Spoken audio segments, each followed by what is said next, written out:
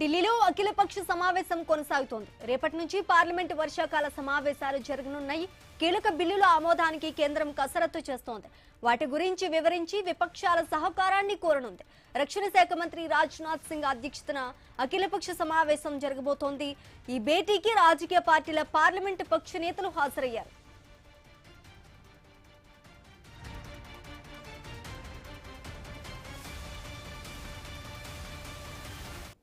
ఢిల్లీలో అఖిలపక్ష సమావేశం కొనసాగుతోంది. రేపటి నుంచి పార్లమెంటు వర్షాకాల సమావేశాలు జరగనున్నాయి.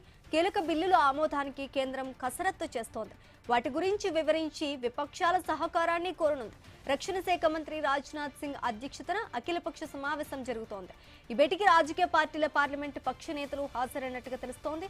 ఇక ఇదే అంశానికి సంబంధించి పూర్తి డీటెయిల్స్ మా ప్రతినిధి రాము అందిస్తారు. రాము, శ్రీజ, రేపటి నుంచి ప్రారంభమయ్యే పార్లమెంటరీ వర్షాకాల సమావేశాల ముందు నిర్వహించే ఆల్ పార్టీ సమావేశం అయితే ప్రస్తుతం కొనసాగుతుంది. ఉదయం 11 గంటలకు పార్లమెంట్ హౌస్ అనెక్సిలో ప్రారంభమైన ఈ సమావేశానికి కేంద్ర పార్లమెంటరీ వ్యవహారాల శాఖ మంత్రి కిరణ్ రిజిజు అధ్యక్షతన వహిస్తున్నారు. అయితే ఈ సమావేశంలో అధికార ప్రతిపక్ష పార్టీల ఫ్లోర్ లీడర్లు పాల్గొని తమ అభిప్రాయాలను అయితే వ్యక్తం చేస్తున్నారు.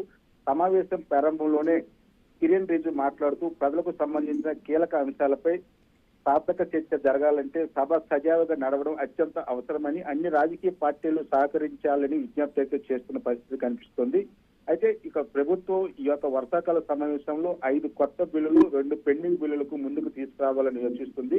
ముఖ్యంగా ఆదాయపు పన్ను సవరణ బిల్లు, ఎంఎస్ఎంఈ చట్ట సవరణలు, జనన మరణాల నమోదు చట్ట సవరణలు, సుప్రీంకోర్టు న్యాయమూర్తుల సంఖ్య పెంపు బిల్లు వంటి అంశాలు ప్రభుత్వ ప్రాధాన్యతతో ఉన్నాయని తెలుస్తుంది. అయితే మరోవైపు ప్రతిపక్షం కూడా పూర్తి వ్యూహంతో సమావేశానికి హాజరయ్యేందుకైతే సిద్ధమవుతుంది. నీటి పేపర్ లీకు, జంతర్ మంతర్ వద్ద సోనం వాంగ్చుక్ ఉద్యమం, నిరుద్యోగుల ధరల పెరుగుదల, ఇతర ప్రజా సమస్యలపై సభలో విస్తృతంగా చర్చ జరగాలని డిమాండ్ చేస్తుంది. అయితే ఈ అంశాలపై ప్రభుత్వాన్ని నిలదీయాలని ప్రతిపక్షం అయితే భావిస్తున్న పరిస్థితి కనిపిస్తుంది. ఇప్పటి వరకు సమావేశంలో ఎలాంటి ప్రతిస్పందన లేకుండా చర్చలు అయితే కొనసాగుతున్నట్లయితే సమాచారం అందుతుంది.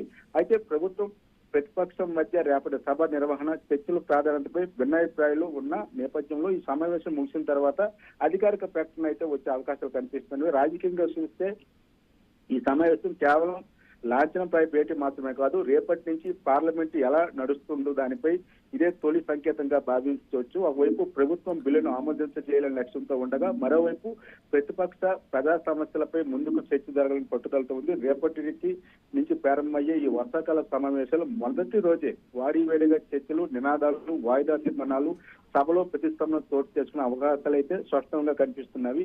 అయితే ఈ రోజు ఆల్ పార్టీ సమావేశం జరిగే చర్చలు, ప్రభుత్వం ఇచ్చే హామీలు, రేపటి పార్లమెంట్ సమావేశం ఎలా ఉండబోతుంది అనేది కూడా డిసైడ్ చేసే పరిస్థితి అయితే ప్రస్తుతం కనిపిస్తుంది. ప్రస్తుతం అయితే ఈ ఆల్ పార్టీస్ మీటింగ్ అనేది ఇంకా కొనసాగుతున్న పరిస్థితి అయితే కనిపిస్తుంది. Sreeja, right, thanks for the update Ramu.